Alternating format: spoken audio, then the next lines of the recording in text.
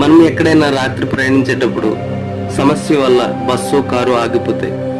బస్సులో ఎంతమంది ఉన్నా ఎవరి భయంతో వారు కేకలు వేస్తూ ఉంటారు. బట్ అలాంటిది భూమి మీద కాదు. భూమికి 400 కిలోమీటర్ల ఎత్తులో శూన్యంలో ఇద్దరు మాత్రమే. వారి ధైర్యానికి ఏమి ఇచ్చినా ఎన్ని చెప్పినా తక్కువ. ఎలాగైతే 2025 మార్చి 18న స్పేస్ ఎక్స్ క్రేవ్ డ్రాగన్ ద్వారా భూమిపైకి తిరిగి వచ్చారు. ఇది సునీత విలియమ్స్ కి 3వ అంతరిక్ష ప్రయాణం మరియు ఆమె మొత్తం 500కు పైగా రోజులు అంతరిక్షంలో గడిపిన నాసా వ్యోమగాముల జాబితాలో ఈవిడ కూడా ఒకరు. ఇంకొక ఆశ్చర్యకరమైన విషయం ఏంటో తెలుసా?